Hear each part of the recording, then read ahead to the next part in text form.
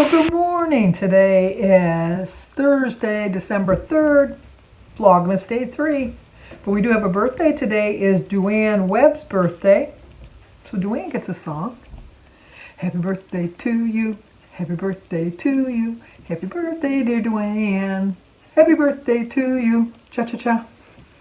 I think it's Duane. D-U-A-N-N. Duane? Duane? Maybe it's Duane. Pretty name. Anyway, that's the only birthdays we have. I once again didn't walk today. Denise had a lot of stuff to do this morning, and I was just kind of lazy. I stayed in bed. I didn't get up until 9:45. Of course, I didn't go to bed till 2:30. So, but anyway, I'm hoping that I'm going to have my loss this week. I'm really feeling pretty confident about it. I really am. I was able to figure out my lights. I got them all to come on and to go off at the time I put them for. Now the question is, will they go off again today? That is the $100 million question, if that's going to work, but we'll see. And then I did some Christmas shopping online today. I'm not an online shopper, so it was a little hard. Grandkids all sent me a list, and then I was comparing the list because some of the things they picked out, Sebastian and Oliver picked out, were from Target. And so I was trying to go on Amazon, but they were more expensive on Amazon. So then I was going back and forth with their list between Amazon and Target to see which one was cheaper. So now I haven't received them yet, but I've ordered them. I'm finished shopping for Sebastian, Oliver, David, and Sophia. Melissa, I'm partially finished with. Hers has already been delivered. I just have to get her 2 more things. But I'm going to have to ask her what she wants, because I gave her everything that was on her list and it still didn't meet the minimum. I gave them a minimum dollar amount that they could spend, and she's under that a little bit. Although she did ask for a new Apple 12 iPhone. I thought, no, that's way over the budget that I gave you.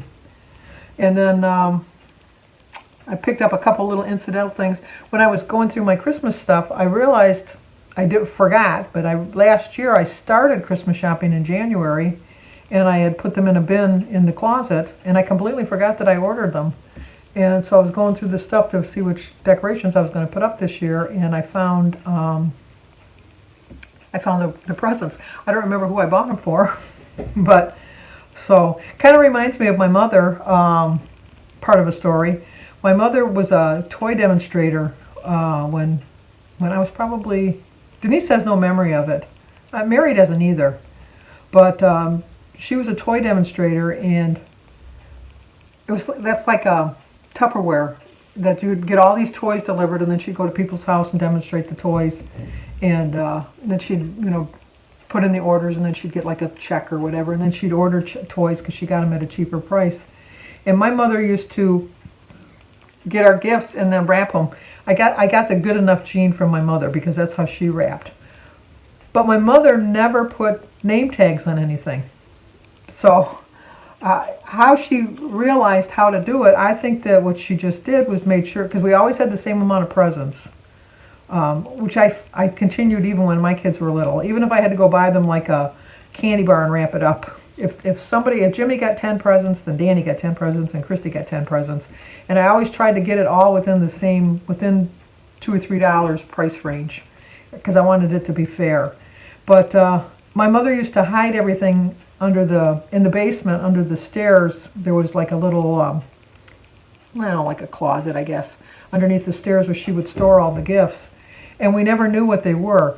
And my sister Mary was very stealth, because she would go and she could unwrap without ripping the paper or anything. She was so meticulous. One of us would stay at the top of the stairs. It usually was my mother wasn't home. It was just my dad. My dad, God love him, but he never really watched us. He always took a nap, or he was so involved in sports or something. My dad, when he used to watch the baseball game, had a tablet, and he would keep track of the batting averages for each inning, what their average was, or how their hits, and then he'd draw the little things. Now that I'm looking back, I probably could have bought him a little scorecard thing for a Christmas gift, because I never knew what to get him. But so he would be up there, and so Denise or Mary or Denise or Pat or Sue or Mike or I would be at the top of the stairs while Mary was down there going through the gifts, and she'd try to find something that looked pretty cool. And one year I had asked or Mary had asked for the Trivial Pursuit game. Mary not only got the Christmas wrapping off of the wrapping paper, but she was able to slide the game out of the cellophane. You know how it's wrapped in cellophane? She just kind of like did a little cut on the end, and then she slid the game out, and we would go down the basement and we would play the game. And then just when we knew my mother was going to be coming home, because my mother, like she was grocery shopping or something, somebody would come down and give the signal, and then we'd all scatter except for Mary would stay down the basement. And she would go in the bathroom down there because it was like to the far end of the basement. And she would put it back into the cellophane, put a little bit of tape on the bottom of the cellophane, and then she'd wrap it back up and put it under the staircase. And so then on Christmas morning, we knew that somebody was going to get the Trivial Pursuit game. We just didn't know who was going to give that Trivial Pursuit game. The only thing I can think of is that my mother probably wrapped in the same, like, you got green wrapping paper, you got red wrapping paper. We never really figured it out. We never did. She was pretty good that way. Or else she just took a chance and just threw a bunch of packages, because we were all so close in age. I was 10, Denise was born. So, I mean, we were all, other than mine, she probably kept, well, you know what, to be honest with you, I don't want to say be honest with you, I don't lie to you. Well, why did I lie? But when I was a teenager, I used to go and pick out my clothes that I wanted, try them on, bring them home, wrap them myself, and then put them under the stairway. So I just always remember that I'd always get up in the middle of the night and I'd come down and I'd be so fascinated that Santa had come and I didn't hear him. And you'd see all of these presents all over the floor with everybody, and everybody had their little pile, and you had your sock. I always wanted, when I was a child, to have a Christmas stocking. We never had a Christmas stocking. My mother just said, you have socks, you don't need to worry about a Christmas stocking. And like all my girlfriends had like really nice Christmas stockings, and then they had their names all written out with the glitter, and you know, it was hanging. We had a fireplace, but we never had a fire. We didn't even have our stockings hung from the fireplace, because then that would involve either putting a nail in the mantle, which my mother was not going to do, or buying a hook that, you know, like hooked onto which she was not going to do. And now I know it was because she couldn't afford to do it, and you were lucky to get anything in your sock. And we never got anything good in our sock. We got like an apple and an orange and a banana, so that when you got there in the morning and you saw your sock on top of your presents, you just knew, because you could see the shape of the banana, and then you'd see the apple and the orange. Never got candy. Never, you know, always just fruit. But you know what? We weren't deprived, because I can't ever say that there was anything for Christmas that I wanted to get that I didn't get. So it always worked out. It just always worked out. But it was always like we always knew that somebody was going to get something that Mary opened, but we didn't know who was going to get it. So that was, the whole surprise wasn't completely ruined. We just knew that one of the gifts and all of the gifts was going to be something that one of us was going to really like, that we've already played with. But Rosie Muro wanted me to share something about attending my kids' Christmas concerts. My kids went to Catholic school for the first 8 years. Well, no, that was only Jimmy. Jimmy went for the first 8 years. Danny went just to the 3rd grade. Christy never went, because we moved and they went to public schools. But, you know, nothing really spectacular happened at any of their Christmas concerts. You know, they sang, nothing happened really out of the ordinary. But one of mine that I remember, I was probably 9 years old, and they were doing tryouts for the Christmas play.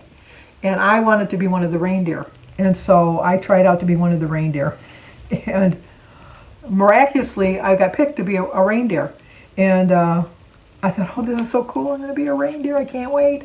So then the costume required that you had to wear a brown sweater with brown tights with some brown slippers. And then we made an art class. We made the little antlers, and we made little things on our nose. We were all like Rudolph. We all like little things that we put on our nose.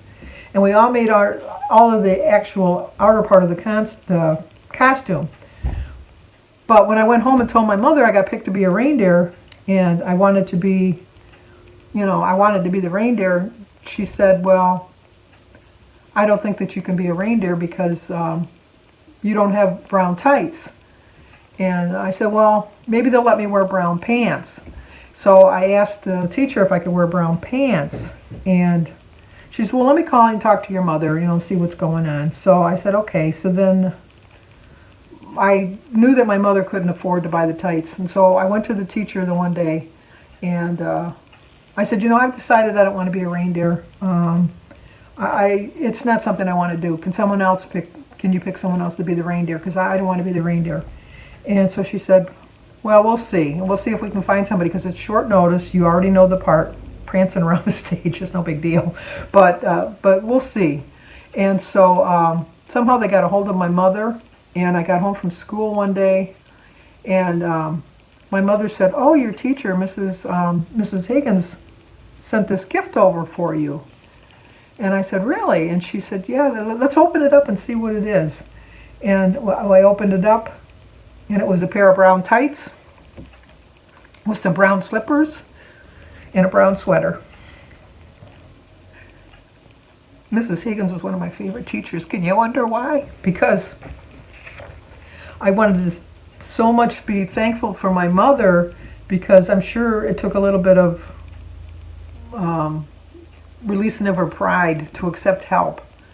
But she knew how much I wanted to be that stupid reindeer in that play. She knew that she couldn't afford to buy me the tights. And Mrs. Higgins bought me those tights and bought me the sweater.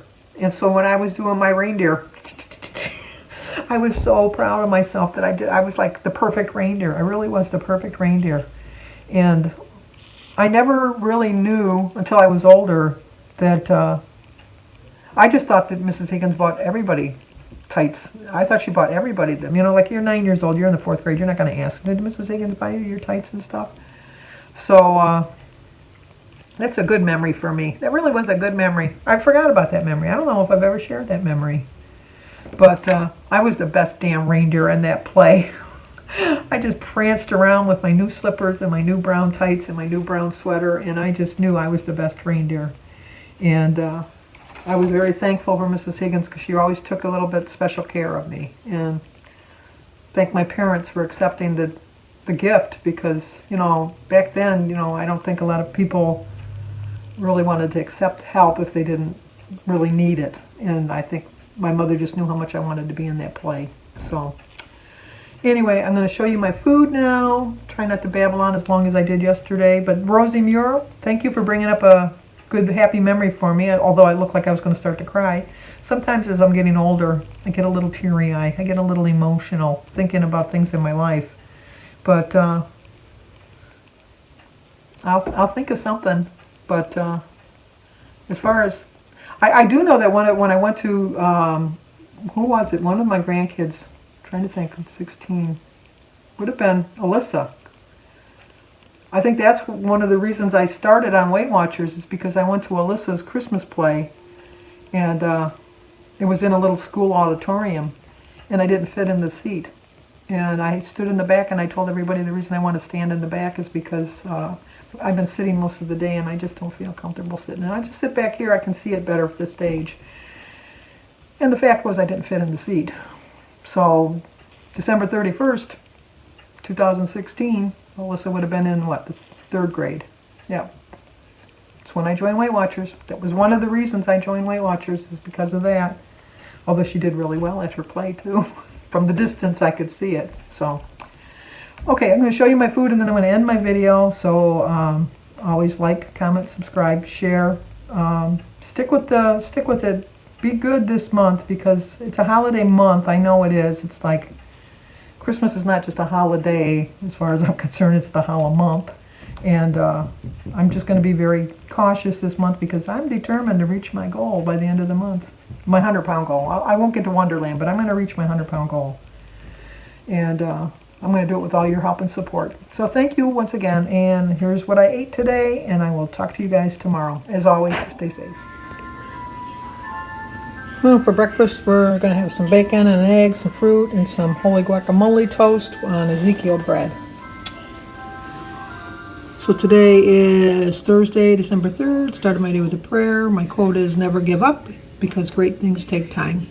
It's a 9-point breakfast, 3 points for my holy guacamole, 4 points for my 2 slices of Ezekiel toast. I changed my mind on what I was going to have, so I'm at 0 for my fruit, my egg, my tea. And 2 points for my 3 slices of bacon. It's 10 points. I still have 14 points left. for the rest of the day. Ooh, that's a little hot. Well, that's why I had the heating pad or the thing pot holder for you. Anyway, Jim's grabbing something hot that just came out of the oven. I had a hot pad right by it. He's still grabbing it. Anyway, we're having cheeseburger and fries. And I'm going to have a sugar-free Jell-O for dessert and my lemonade. It ended up being a 15-point dinner. 3 points for my fries, 1 point for my cheese, 6 points for my hamburger, 4 points for the bun, 1 point for the lemonade, 0 for the tea. The sugar-free Jell-O rather. 15 points.